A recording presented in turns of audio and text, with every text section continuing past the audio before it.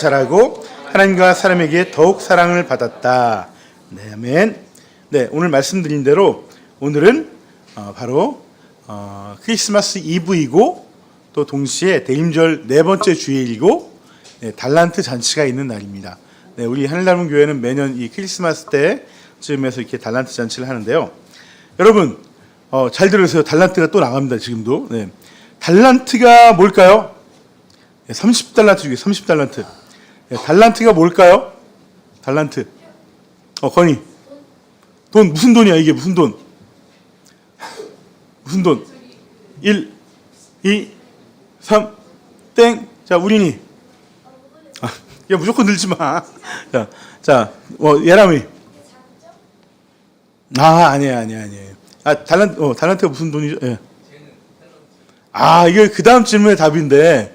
자, 이거는 달란트가 돈인데 무슨 돈이냐면은 예수님 시대에 쓰였던 돈의 단위예요. 그러니까 가장 큰 돈 중에 하나예요. 그러니까 우리도 1,000원짜리 있고 뭐 5,000원짜리, 10,000원짜리, 50,000원짜리 있다면은 이거는 5만 원보다 더 큰 100만 원짜리 돈이 있다면 그 정도 되는 돈을 달란트라고 그래요. 한 달란트. 네, 그래서 이 달란트가 돈의 다이고요. 또 이 달란트에 다른 의미가 있죠. 바로 우리 장진묵 형제가 말씀하셨던 것처럼 우리 재능, 하나님이 주신 재능을 또 의미하는 것입니다. 네, 우리 진묵 형제에게 50달란트를 내가 주겠습니다. 네, 우리 진묵 형제 달란트 받아봤어요?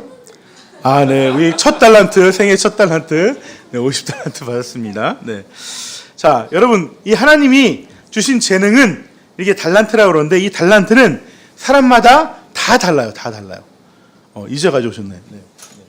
자, 아까 30달란트 누가 못 맞췄지? 자, 50달란트 이거 이따가 제가 자기 거 기억하고 계세요. 네. 자, 하나님이 주신 달란트는 다 달라요. 목사님 달란트가 틀리고 우리 전도사님 달란트가 틀리고 우리 리우 달란트가 틀리고 건이나 예람이나 혜린이나 혜준이나 혜윤이나 우린이나 우리 은준이나 달란트가 다 달라요. 다 달라. 자, 근데 공통점이 있어요. 공통점. 그게 뭘까요? 이거 50달란트. 50달란트. 그거는 당연히 다른 거고. 자, 예람이 먼저 손들었어. 이거 다 하나님의 자녀인데 그 달란트하고 연관이 돼서 얘기를 해야지. 자, 건이. 아니에요. 자, 이 달란트의 공통점. 너 마지막이야, 우리니? 뭐 얘기해 보세요. 그게 달란트니까. 그게 달란트인데, 그 달란트가 다 달라. 다 다른데, 같은 게 있어. 뭐냐면은 바로, 이거는 답이 없습니다. 자, 답이 없어서 제가 말씀드릴게요. 공통점은 뭐냐면은, 이 달란트는 절대 완성된 걸로 주지 않으신다. 미완성으로 주신다는, 미완성으로 주셔요. 예. 다 다르지만은, 그 미완성으로 주신 이유는, 그 달란트를 어떻게 하라고 왜 미완성으로 주신 거예요? 개발하라고. 키우라고 이렇게 미완성으로 주신 거예요. 여러분 마태복음에 보시면 이 달란트 비유가 나오는데 이 달란트 비유 다 알죠? 네, 어떤 주인이 먼 해외로 여행을 떠나면서 오랜 여행을 떠나면서 종들을 3명을 불러가지고 한 종에게는 한 달란트를 주고 두 번째 종에게는 2달란트를 주고 세 번째 종에게는 5달란트를 줬어요. 그리고 나서 몇 년 있다 다시 돌아와서 야, 내가 너희들한테 맡긴 달란트를 좀 가져와 봐라 했더니 5달란트 맡긴 종은 그것을 열심히 불려가지고 5달란트를 더 벌어서 10달란트를 주인한테 줬어요. 그리고 2달란트를 맡은 사람은 또 열심히 일을 하고 열심히 개발을 해서 불려서 2달란트를 더 더해서 4달란트를 줬습니다. 그러자 주님이 뭐라고 했냐면 이 착하고 충성된 종아 너가 복을 받을 것이다. 나와 함께 있을 것이다. 이 말씀을 해주셨어요. 근데 1달란트 받은 사람 1달란트 받은 종이 있죠? 근데 그 종은 그래요. 땅에 묻었다가 그걸 그대로 가져왔어요. 그랬더니 주님이 뭐라고 하셨어요? 좋아했어요? 안 좋아했죠. 약하고 게으른 종아 이렇게 얘기했습니다. 그래서 너를 내가 쫓아내겠다. 그러면서 쫓아내버리겠다라고 이렇게 말씀하셨습니다. 여러분 여러분들은 다 다른 재능과 달란트를 받았는데 이 달란트를 개발하지 않고 그냥 묵혀두면은 하나님이 절대로 좋아하시지 않아요. 절대로 좋아하지 않아요. 여러분, 하나님은 그런 친구들 별로 안 좋아해요. 여러분, 오늘 누가복음을 보시면은 예수님의 어린 시절에 대한 얘기가 나옵니다. 어린 시절에 대한 얘기. 이 얘기를 같이 읽었는데, 저는 오늘 목사님이 이 말씀을 읽다가 이런 질문이 생겼어요. 어떤 질문이냐면, 우리 예수님은 어떤 재능이 있으셨을까? 그리고 우리 예수님은 그 재능이 얼마나 많으셨을까? 이런 질문이 생기더라고요. 여러분, 예수님 어떤 재능을 가지고 계셨을까요? 네. 또 그 재능이 얼마나 많았을까? 네. 우리 어떤 재능 가지고 있어요? 비슷한데 내가 원하는 답이 아니에요. 자, 그에게 궁금하면 어떻게 되죠? 성경을 찾아봐야 된다. 성경을 제일 먼저 찾는 우리 언니에게 30달란트를 주겠습니다. 자, 오늘 누가복음 2장 40절과 52절. 네, 같이 찾아보시기 바랍니다. 네. 누가복음 2장 40절과 52절. 자, 2장이에요, 2장. 자, 찾은 사람은 손 들고 40절, 52절. 자, 예람이. 네, 맞았어. 잘했어요. 그 다음 52절 읽어볼 사람. 자, 네, 우리니. 우리 예람이와 우리니. 자, 20달란트씩 주겠어요. 20달란트씩. 네. 20달란트씩. 네. 직접 주세요. 전도사님 주세요. 20달란트씩. 자, 이제 50달란트가 있어. 50달란트. 자, 뭐냐?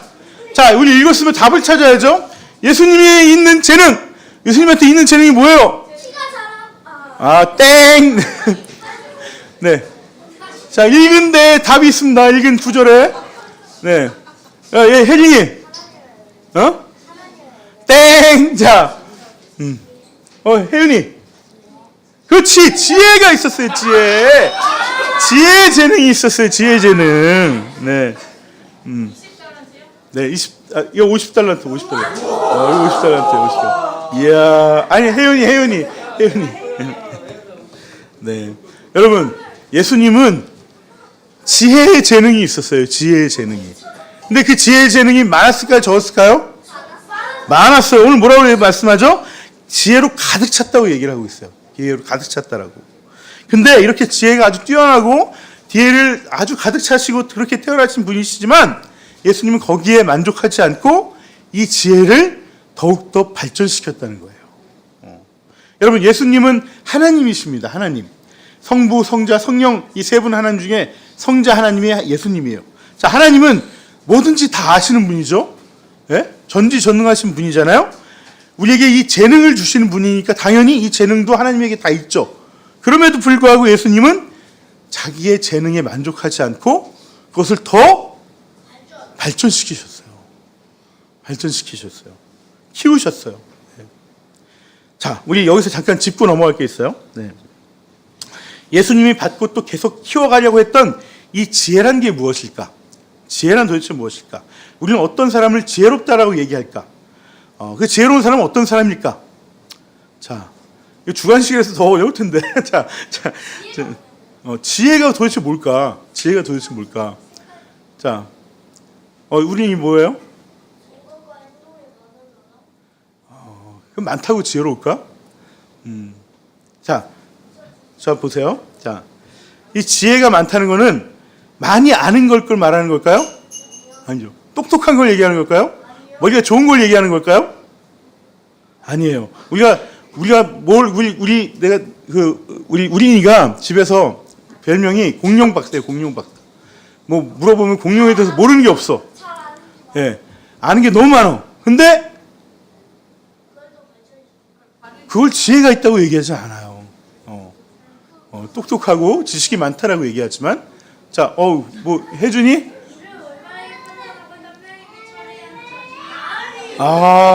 네, 아주 잘했어요. 근데 네이버를 찾아서 아주 잘했습니다. 네. 자, 여러분 따라해 봅시다. 지혜는 내가 알고 깨달은 것을 삶에 적용시키는 재능이다. 이게 지혜예요. 이게 지혜. 지혜는 내가 알고 깨달은 것을 가지고 삶에 적용시키는 재능입니다. 내가 학교에서 선생님의 말에서 또한 책에서 또 학원에서 또 여러 가지를 통해서 우리가 지식을 배워요. 여러 가지 배워요. 내가 경험을 통해서 배워요. 하지만 그것들을 다 이리저리 합쳐서 또 그 삶의 그 지식과 지식 통해서 깨달음을 얻어서 이것을 이리저리 막 이렇게 불리고 연구해서 내 삶에 잘 적용시키는 거. 이게 지혜예요. 이게 지혜. 그래서 예수님에게는 나중에 지혜가 엄청 더 많아지셔서 많은 사람들이 예수님 앞에 나가서 자기의 문제를 가지고 왔어요. 이 문제를 가져왔을 때 예수님이 난 그거 성경에 안 나오는데 모르겠어. 그렇게 말씀하지 않았어요. 난 그거 잘 모르겠어 얘기하지 않았어요. 어떤 문제든지 그 사람들에게 답을 주셨어요. 이게 지혜로운 사람의 모습이라는 거예요. 그래서 예수님은 이러한 지혜로운 예수님으로 이 공생활 생활을 활동하시기 위해서 어렸을 때부터 지혜를 계속해서 배우셨다는 거예요. 지혜를 계속해서 늘려가셨다는 거예요. 여러분, 여러분도 이런 지혜를 가지고 싶지 않습니까? 네? 우리 모두 이런 지혜를 가져야 돼요. 이런 지혜가 없으면요, 우리가 아무리 공부를 잘해도 헛똑똑이에요. 헛똑똑. 이 지혜가 없으면 우리가 아무리 많이 알아도 상황이 바뀌면 또 어떻게 될지 모르는 거예요. 그래서 이 지식도 필요하고 또 통찰도 필요하지만 그것을 삶에 적용시킬 지혜가 자라지 않으면 내 삶과 인생이 단단해지지가 않아요. 상황이 바뀔 때마다 좌충우돌하면서 방황하게 되는 거예요. 뭘 어떻게 할지 몰라서 마음이 자꾸 낙담되고 우울해지고 또 선택을 잘못해서 삶을 허비하게 되는 것이죠. 여러분, 지식이란 것은 내가 학교에서 또한 책에서 학원에서 경험을 통해서 배우는 게 지식이에요. 지식은 공부를 열심히 하면 됩니다. 자꾸 쌓이게 돼요. 또 기술도 마찬가지예요. 여러분, 우리 건이나 리우는 축구를 하는데 축구에 대한 지식이 많다. 이거는 내가 무슨 룰을 많이 한다, 선수 이름을 많이 한다, 이게 아니라 축구에 대한 기술이 많은 거예요. 축구에 대한 기술. 여러분, 이건 훈련과 연습을 통해서 이 지식을 내 몸에다 쌓는 거예요. 내 몸에 배우는 거예요. 그래서 축구하는 기술이 늘어나게 되는 것이죠. 그런데 그것만 가지고는 부족해요. 로봇가 더 잘해, 그런 거는. 뭐가 필요하면 통찰이 필요하면 통찰이라는 것은 그 배운 것을 서로 연결시켜서 각각의 지식의 차이점을 비교해서 이런 차이가 있구나. 그래서 이것과 이거는 이런 차이고 이거는 이렇게 얘기하고 저건 저렇게 얘기하는구나. 저런 측면에서 얘기하는구나. 이것들 서로 연결시켜서 그 차이의 깨달음과 그 내용의 어떤 비교를 통해서 그 내용을 더 확산시켜서 아는 거예요. 이게 통찰이에요. 만약에 국어를 잘하면은 영어도 잘할 수 있어요. 국어를 통해서 영어를 설명할 수 있어. 반대로 또 영어를 통해서 국어를 또 설명할 수 있어. 그럼 이게 언어에 대한 통찰이 생긴 거예요. 우리가 수도 마찬가지예요. 수를 잘하면은 도형도 수로 설명할 수 있어요. 그럼 모든 사물을 수로 설명할 수도 있어. 이게 통찰이에요. 이게 통찰. 내가 축구 선수면은 축구 기술 열심히 배웠는데 이것만 배우지 않고 또 뭘로 해요? 또 체력 훈련도 하잖아요. 체력 훈련. 근데 체력 훈련을 하면은 이 체력 운동하는 이 자세가 축구의 어떤 기술에 도움이 되겠구나. 연관이 되겠구나. 이것을 연결시켜가지고 내가 부족한 축구 기술이 있으면 그 기술만 배우는 게 아니라 내 이런 체력 훈련도 거기에 맞는 체력 훈련을 내가 하는 거예요. 이게 통찰이 있는 거예요. 그래서 나를 점점 발전시켜 나가는 게 통찰이죠. 그런데 우리 인생은요, 이 지식과 통찰만 가지고는 부족하다는 거예요. 어떤 분야에 대한 지식과 통찰이 많아면 좋지만은 아무리 많아도 지혜가 없으면은 오히려 더 행복하지 못한 삶을 살게 될 때가 많다는 것입니다. 내가 배운 지식과 내가 깨달은 통찰을 통해서 내 삶의 이러저러한 문제들 앞에서 좋은 것을 선택하고 그 해결점을 찾을 수 있는 것, 그리고 남을 그렇게 도와줄 수 있는 것, 이게 바로 지혜 있는 사람의 모습이라는 거예요. 그래서 목사님은요, 우리 하늘 닮은 교회 모든 어린이들과 모든 성도들이 이 지혜가 자라나면 정말 좋겠어요.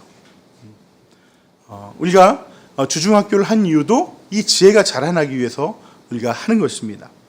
내가 못 배워도 또 학벌이 낮아도 아무 상관은 없어요. 내가 어떤 분야에 깨달음이 적어도 돼요. 하지만 작은 거라도 내 삶에 잘 적용해서 살 수 있는 그 지혜가 생기면은 그 사람은 삶이 가면 갈수록 더 창대해져요. 그리고 이게 지혜가 많아지는 게 진짜 어른이 되는 길이에요. 어른이 되는 길. 여러분 초등학교 졸업하고 중학교 졸업하고 고등학교 졸업하고 대학교 졸업하고 졸업장이 많아진다고 어른이 되는 게 아니에요. 나이만 찬다고 어른이 되는 게 아니에요. 이 지혜가 자라나야 참다운 어른이 되는 것입니다. 그리고 이 지혜가 없으면은 철이 없는 인생이 되고 마는 거예요. 여러분 오늘 본문을 보시면은 오늘 이야기는 예수님이 12살이 되던 해에 일어났던 일이에요. 12살이 되던 해. 자, 지금 12살 손 들어보세요. 네. 너희들 나이 때 이 일이 일어난 거예요. 너희들 나이 때. 여러분 이스라엘에 가면요. 이스라엘 유대인들은 12살이 되면 뭘 하냐면은 성인식을 합니다. 성인식. 네. 그때 성인식을 해요. 남자는 보통 13살에 하고요. 여자는 12살. 근데 예전에는 아마 거의 비슷한 시기에 했을 거예요. 지금은 현대에는 이렇게 하는데 그리고 옛날에는 이때가 결혼 정년기였어요. 결혼 정년기. 그래서 이때부터 성인식을 합니다.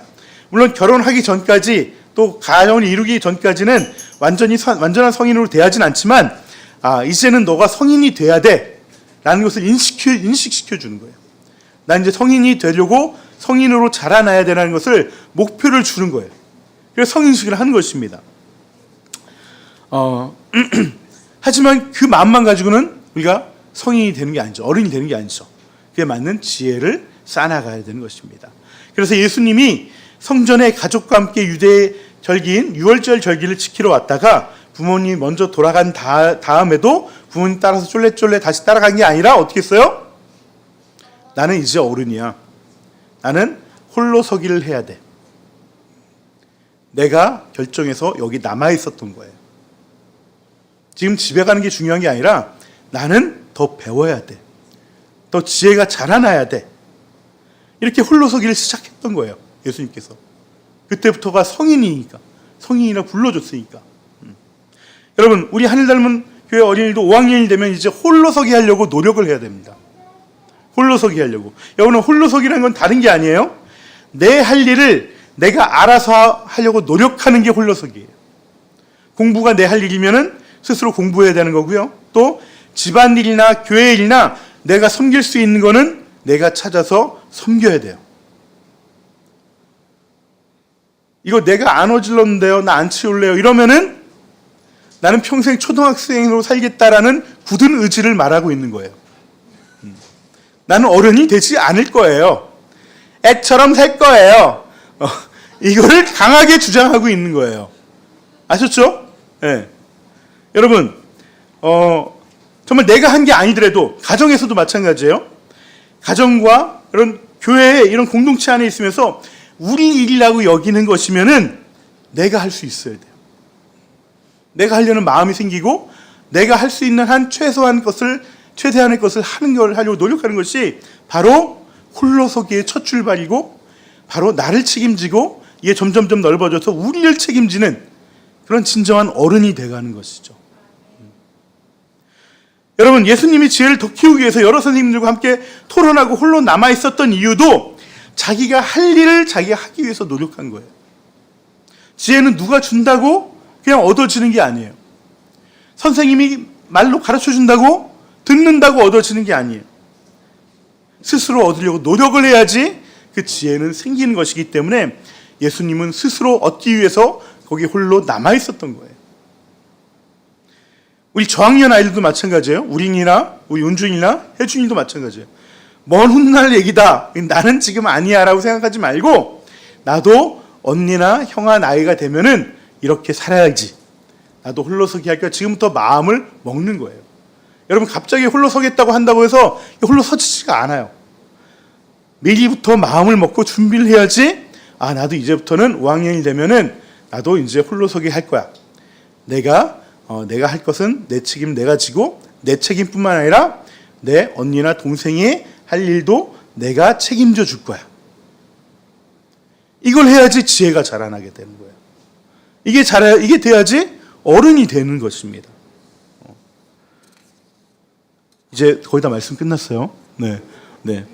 여러분, 이제 마지막으로, 물론 마지막이 좀 깁니다. 네, 마지막으로 예수님이 어떻게 자신의 지혜를 키웠는지, 자라갔는지 한번 살펴보면 좋겠습니다. 여러분, 지혜를 얻으면 첫 번째로 지식이나 통찰보다 더 큰 것을 자꾸 바라보고 배우고 붙잡아야 돼요. 이게 뭐냐? 바로 진리예요, 진리. 우리가 진리를 늘 바라보고 붙잡고 배우려고 하지 않으면 우리의 지혜가 자라지 않습니다.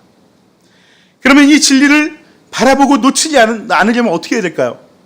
제일 중요한 거, 교회와 예배의 모임 가운데 빠지지 않으려고 하는 거예요. 오늘 말씀 41절 보시면은 누가 한번 읽어볼까요? 41절. 네, 41절. 네. 네. 알겠습니다. 네. 자, 저요 하고 읽으세요. 자, 이번엔 혜린이 20점 주겠습니다. 20점. 네. 여러분, 부모님은 해마다 절기를 지키려고 예루살렘을 찾아갔다고 얘기하고 있어요. 여러분, 구약에서 절기는요, 신약에서의 주일과 같은 거예요. 주일과 같은 거. 예전에는 예배를 성전에서만 드려야 했기 때문에 우리가 매주 성전에 갈 수 없잖아요. 물론 가까우면 우리 앞에 성전이 있으면 바로 가겠죠. 근데 뭐 아주 멀리 있기 때문에 매주 갈 수가 없어요. 그래서 최소 1년에 3번, 가까운 데에 있는 사람들은 1년에 3번 가서 거기서 공동체 예배를 드려야 돼요. 이게 절기예요. 세 번의 절기가 있죠. 그 다음에 멀면은 최소한 한 번은 가서 예배를 드려야 돼요. 최소한 한 번은. 이거 빼먹으면 절대 안 되는 거예요. 여러분, 근데 한 번도 이게 쉬운 게 아니에요. 한 번도 쉬운 게 아니야. 여러분, 내가 지금 부산에 살고 있고 성전이 서울에 있어. 그러면 이거를 드리려고 가려면은 어떻게 해야 돼요? 먹을 거 바리바리 싸들고, 옷도 싸고, 또 텐트나 침낭도 들고, 또 드릴 제물인 양과 염소도 끌고, 얘네 먹일 것도 준비하고, 이 길을 걸어서 가야 돼요. 보통 일이 아니에요. 저희 벌초 1년에 한 번 하는 것도 정말 가게 정말 차가 있으니까 그나마 차 없으면 갈 사람 아무도 없을 거야, 아마. 예? 예. 이게 바로 구약의 예배였어요. 그렇기 때문에 이거는 정말 마음을 다해서 이 절기를 지키려고 정말 목숨을 걸지 않으면은, 그런 마음이 없으면 지키기 힘든 거라는 것이죠. 여러분, 왜 이렇게 거르지 않고 이 먼 길을 마다하지 않고 이 예수님의 부모님은 예수님을 데리고 예배를 드리러 갔을까? 왜냐하면 이 예배가 무너지면 내 삶을 지킬 지혜도 사라지기 때문에 그런 거예요. 내 지혜도 사라지기 때문에. 여러분, 우리에게 지혜가 부족한 이유는요, 내 삶의 상황이 계속 바뀌는데 현대로 갈수록, 앞으로 미래로 갈수록 더욱더 삶은 계속 바뀝니다.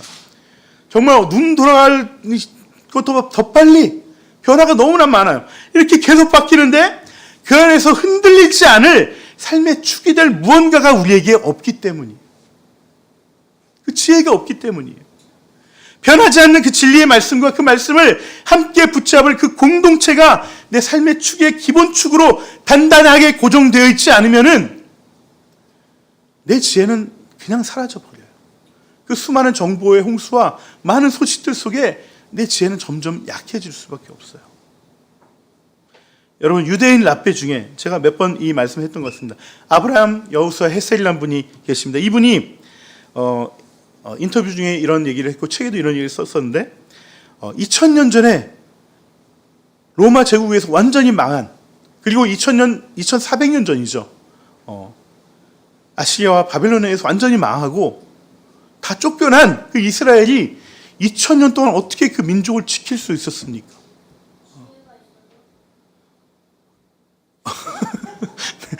어떻게 지킬 수 있었는지 물어봤어요. 여러분, 이거 굉장히 대단한 겁니다. 우리 삼국시대 때 백제가 망하고 백제의 사람들이 어디로 갔습니까? 일본으로 넘어갔잖아요. 도공이 돼서. 그 사람들 지금 남아있나요? 다 없어요. 다 그냥 일본에 기화됐죠. 흔적도 사라지지 흔적도 없습니다. 근데 이 유태인들 지금 2000년이 지났는데도 땅도 없었어요. 1945년도에 다시 이스라엘이 건국되기 전까지는 땅도 없었고 혈통도 다 섞였어요. 민족성도 다 섞였어요. 혈통도 다 없어졌어요. 언어도 다 사라졌어요. 근데 어떻게 이 민족이 지금도 살아있을 수 있느냐? 그랬더니 이 아브라함 헤셀이라는 분이 뭐라고 얘기냐면 안식일이 이스라엘을 지켰다. 이렇게 얘기를 합니다. 안식일이 이스라엘을 지켰다. 이스라엘은 흩어져 있어서 내가 이스라엘 민족이다 생각한 사람들은 안식일을 계속해서 지켰어. 그 땅에서 안식일을 계속해서 지켰어요. 가족끼리라도 모여서 안식일을 지켰어요. 그래서 금요일 저녁이 굉장히 중요한 날이에요. 이스라엘 사람 유대인들한테는 그때는 누구도 만나지 않아요. 가까운 어떤 유대인 공동체에 모이거나 아니면 가정이 모여요.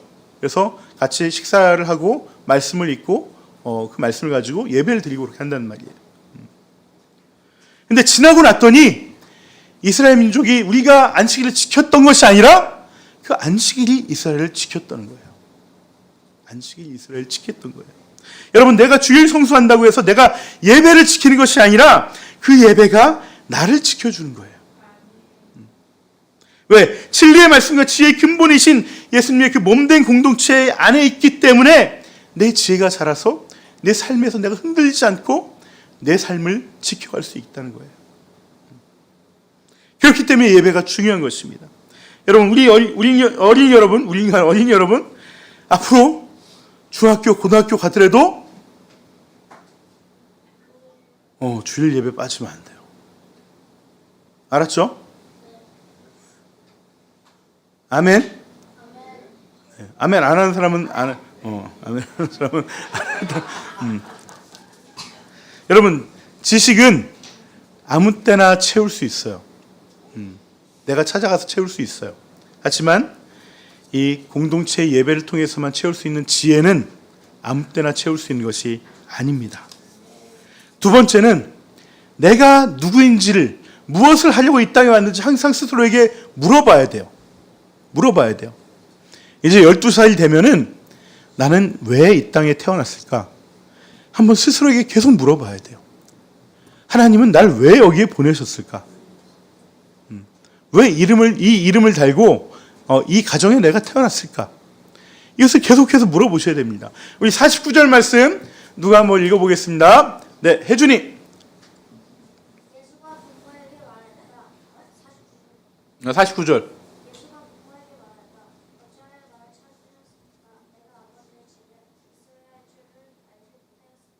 네, 잘했습니다. 우리 20달란트 주세요. 네.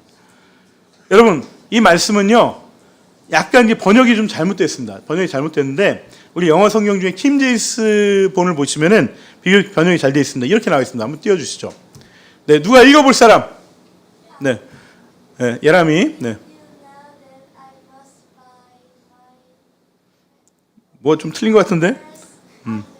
must 다음에 다시 읽어주세요.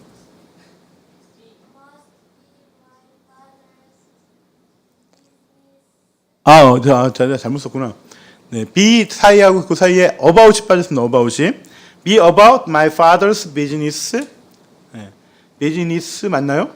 네, business입니까? 네.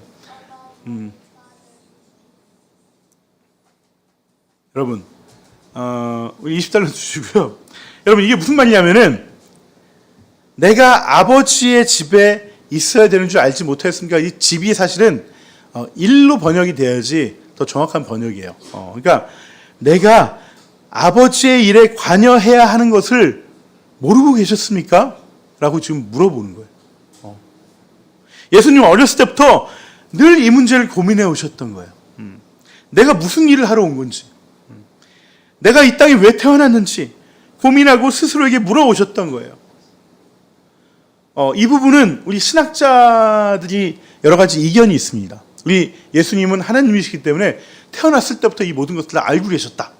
이렇게 보는 신학자도 있고요. 어떤 신학자는 아니다. 자라가면서 이거를 스스로 터득하시고 깨닫게 되셨다. 이렇게 보는 신학자도 있습니다.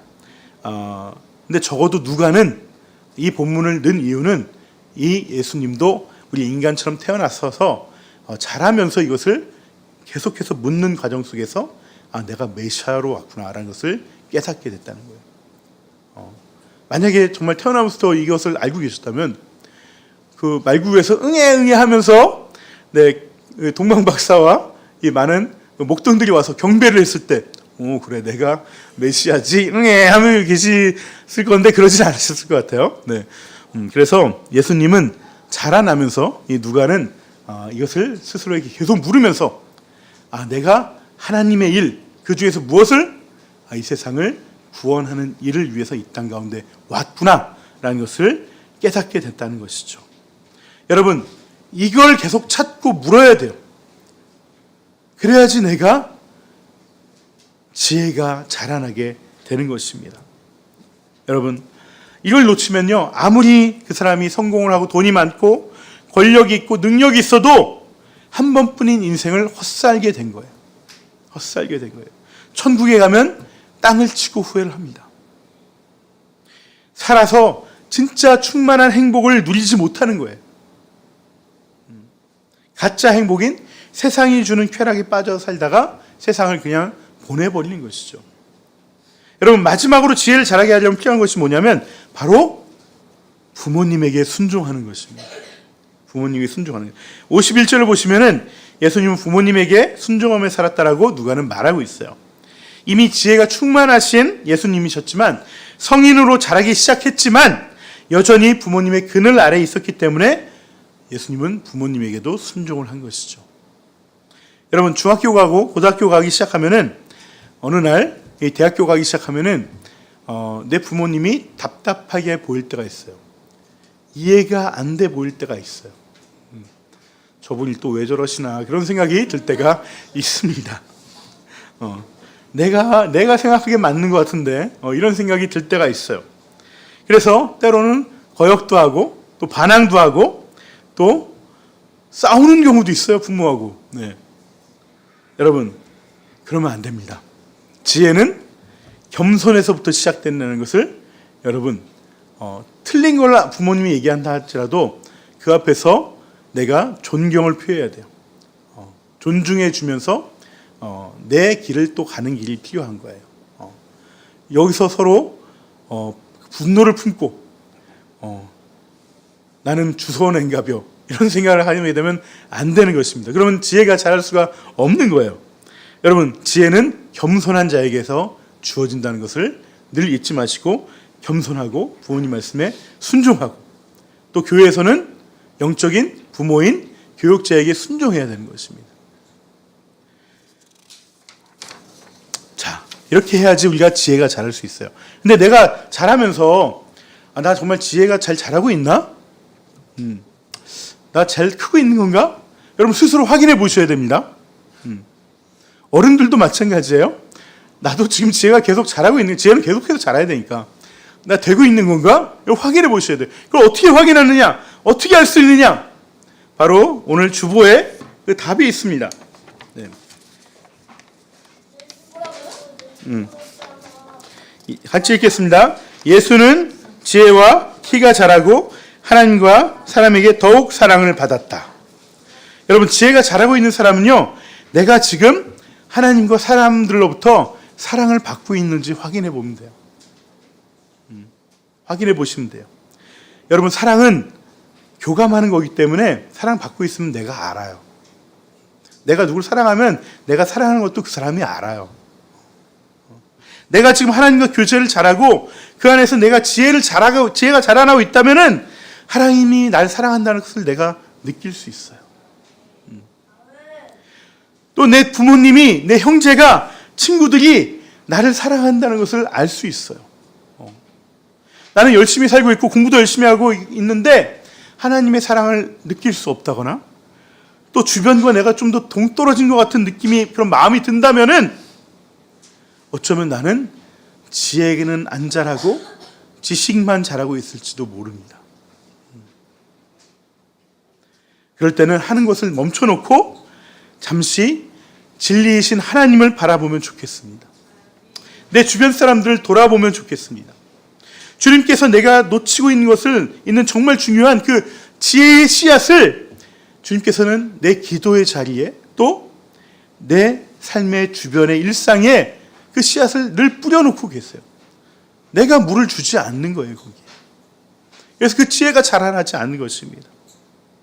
이 시간 우리 함께 같이 찬양하면서 내 안에 가장 귀한 것 찬양하면서 우리 진리의 본체이신 주님을 더 알아가겠다고 또 결단하고 또 주님이 배우시고 자라나셨던 것처럼 나도 주님 따라서 나의 지혜를 자라나게끔 주님을